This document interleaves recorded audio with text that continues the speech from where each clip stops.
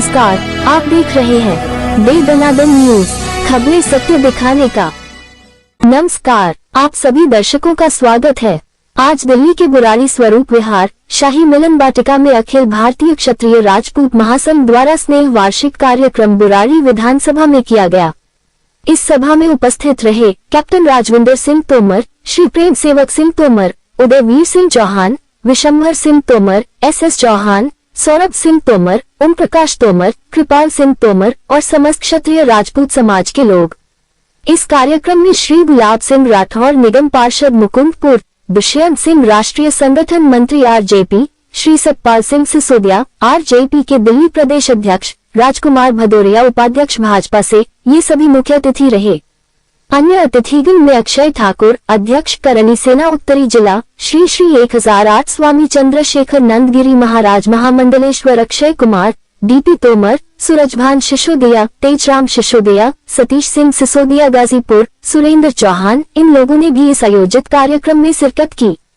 तो आइए जानते हैं कि किस तरह से समस्त क्षत्रिय समाज को एकजुट होने और अपनी शान शौक को बरकरार किस तरह से रखेंगी, जानते हैं इस न्यूज में। हम निरंतर एक चीज का उपहास करते चले जा रहे हैं। जिनको जगाना है उन्हें हम सुलाते चले जा रहे हैं और जो जागे हुए हैं उनसे जगाने की बात करते जा रहे हैं। हम क्षत्रियों का कोई भी आज तक बुरा करने की हिम्मत भी नहीं कर सकता, जुर्रत भी नहीं कर सकता, बिगाड़ भी नहीं सकता है। ऑन रिकॉर्ड बात कर रहा हूं। जब भी कोई ऐसी बात आई है उसके कहीं न कहीं जिम्मेदार हम स्वयं पाए गए, हम खुद पाए गए हैं।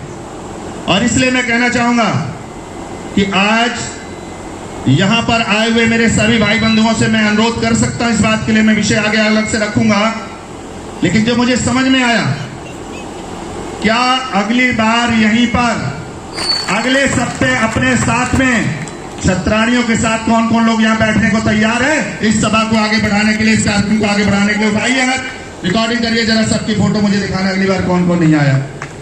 दिखाओ सबके बाद अपने अपने घर से, अपने अपने परिवार के रिश्ते नातेदार के साथ, क्षत्राणियों के साथ जब यहाँ पर बैठक होगी तब ये आवाज बन जाएगी और ये दिल्ली नहीं देश की आवाज बन जाएगी। और ये बुराड़ी विधानसभा का स्वरूप नगर और नत्थुकली में जहां से कार्यक्रम कर रहे हैं, एक मैसेज देने वाला क्षत्रिय समाज का एक आवाज हो जाएगी। जब इस समाज के संगठन और निर्माण के लिए ये दो बातें हमने अपने साथ रख लिया, अगली बैठक में एक मेरा भाई, चाहे वो पड़ोसी हो चाहे मेरे ब्लड का हो, मेरे बगल में बैठेगा और मेरे पास में, मेरे साइड में या तो मेरी अर्धांगिनी या मेरी बहन या मेरी बुआ या मेरा रिश्तेदार, एक कोई बहन बेटी यहाँ पर बैठेगी जो शक्ति के रूप में ये संगठन अपने आप आगे बढ़ता चला जाएगा। इसे कोई रोकने वाला जी, उनको कृपया मतलब कुर्सी दें। सभी लोगों ने जो भी हमारे क्षत्रिय समाज के भाई आए हैं, मैं बहुत बहुत धन्यवाद करूंगा, उनका अभिनंदन करूंगा, उनका स्वागत करूंगा। हाँ जी, आप भी आ जाए।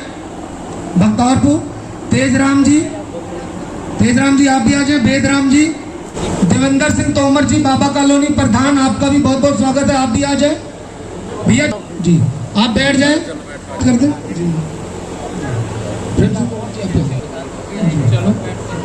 शिव कुमार चौहान जी, आप भी आ जाए।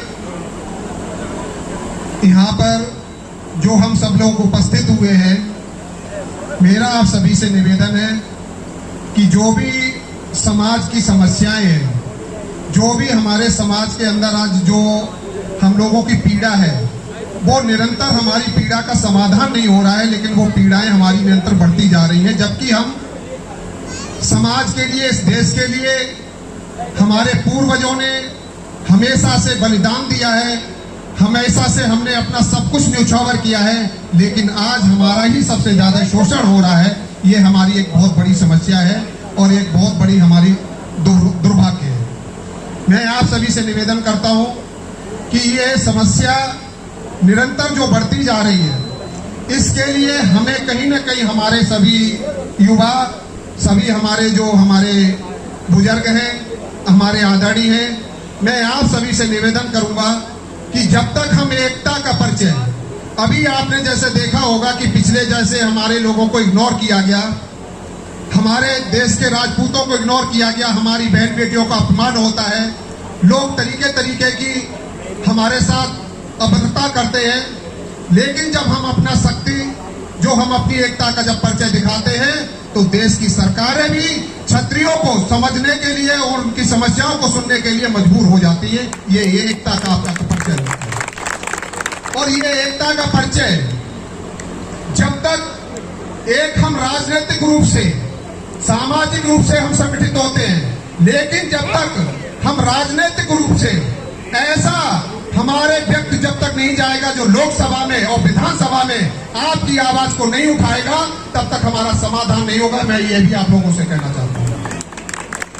आपकी विचारधारा का चुना हुआ व्यक्ति, चाहे वो SC/ST एक्ट हो, चाहे आरक्षण की समस्या हो, चाहे हमारे नेताओं को हमारी बहन बेटों का अपमान का हो, चाहे हमारे इतिहास की बात हो, ये सारी समस्याएं मैं आप लोगों को बताता हूं कि जब तक आपका विधानसभा और लोकसभा में जब तक ऐसी विचारधारा का व्यक्ति जो आपकी बात उस लोकसभा में और विधानसभा में रखने वाला खुल के नहीं पहुंचेगा, तब तक हमारी समस्याओं का समाधान नहीं होगा। और इसके लिए हम सब लोगों को एक ऐसा प्लेटफॉर्म, एक ऐसी हमें रणनीति बनानी होगी कि जो हमारी समस्याएं हमें अपने आप ही समाधान करने के लिए इन लोगों को हमें मजबूर कर देना। तो आगे बढ़ाइए, चाहे वो 2 रुपए महंगी दे, लेकिन कम से कम अपने उसके आगे सामान खरीदे अपने लोगों को। लेकिन जब तक हम आर्थिक मजबूत अपने लोगों को नहीं करेंगे, आप कहीं भी चले जाओ, कहीं भी किसी भी राजनीतिक पार्टी में चले जाओ, आर्थिक मजबूत जब तक आपके लोग नहीं होंगे, आपको कोई नहीं पूछेगा। और आप सब बोलूंगा, हो सकता है कुछ भाइयों को मेरी बात कर भी लग सकती है। मैं भाइयों आप लोगों से पूछ रहा हूं पहले कि हमारे जो इतिहास शुरू हुआ, हमारा शहरी रियासतें हमारी थी।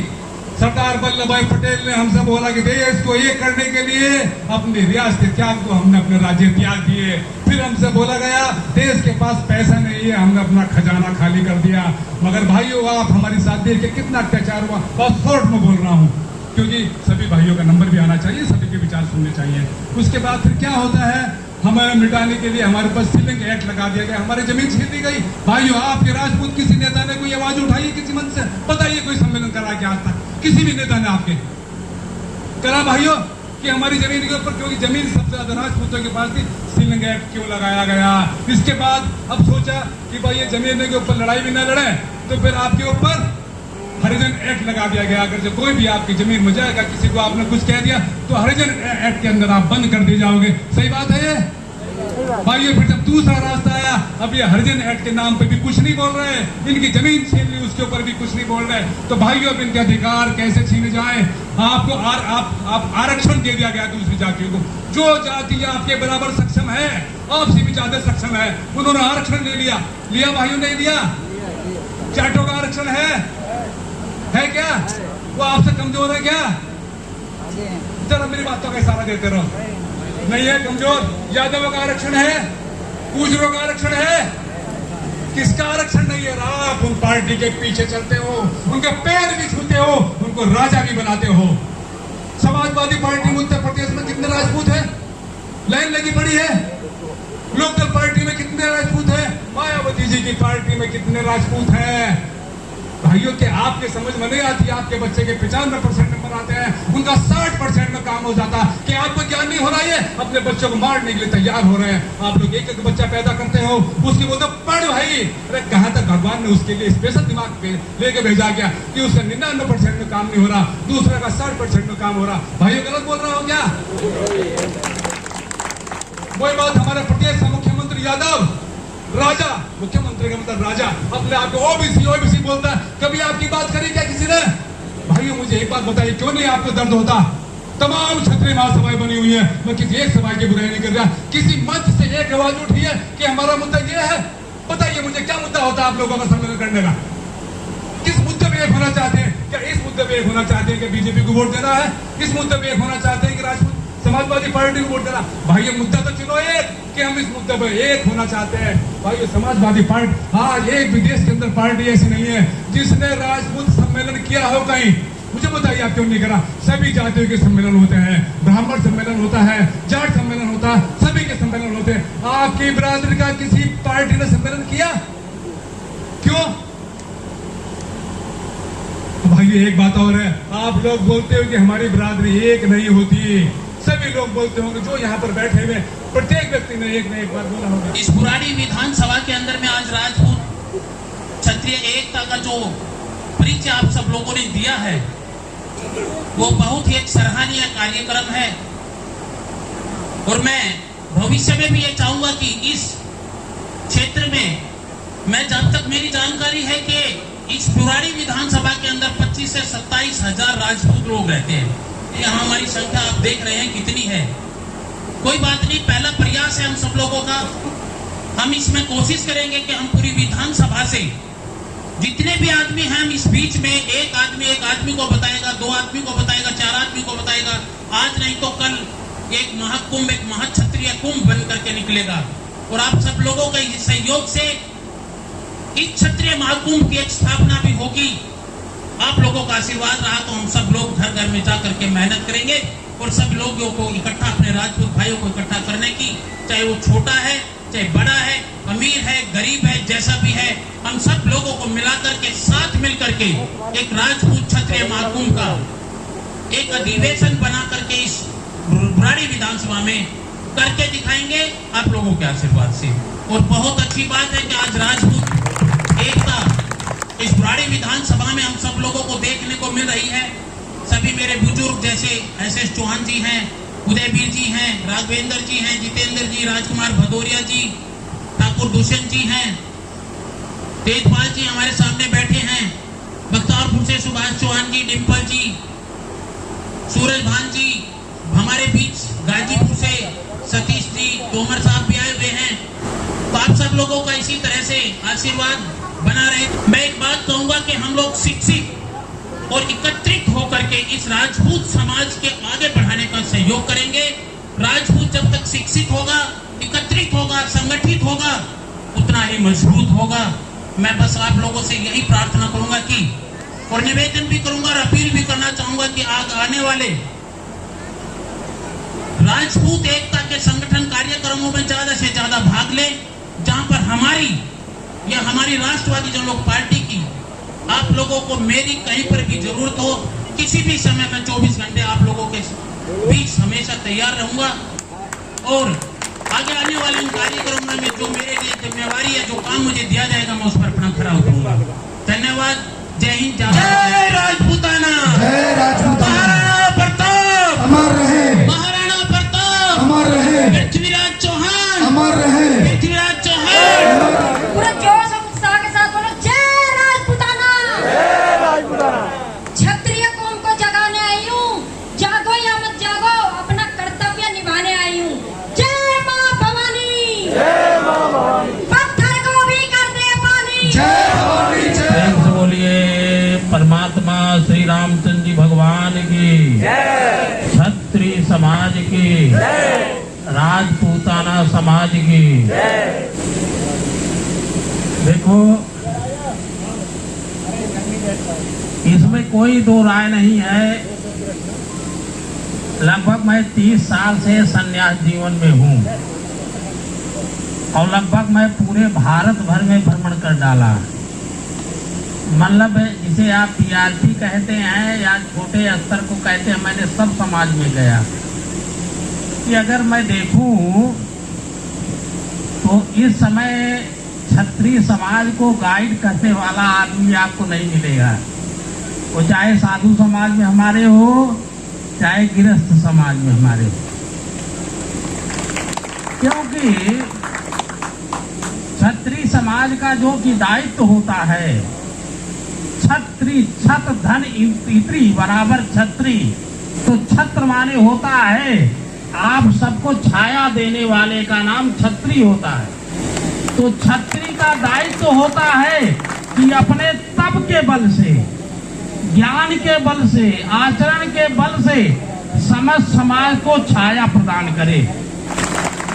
मैं राजकुमार भदौरिया अपने राष्ट्र, अपने समाज के विकास के लिए कृत संकल्प हूँ।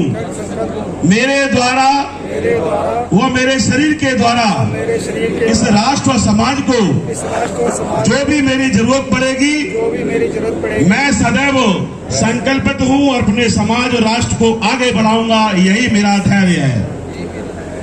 जय जय राजपूताना, जय जय राजपूताना। सब लोग ज्यादा से ज्यादा संख्या में चलकर और राजकुमार भदौरिया जी के शस्त्र पूजन का ज्यादा से ज्यादा शोभा बढ़ाएं उसकी और उसका लाभ उठाएं। बहुत बहुत धन्यवाद। भारत माता की।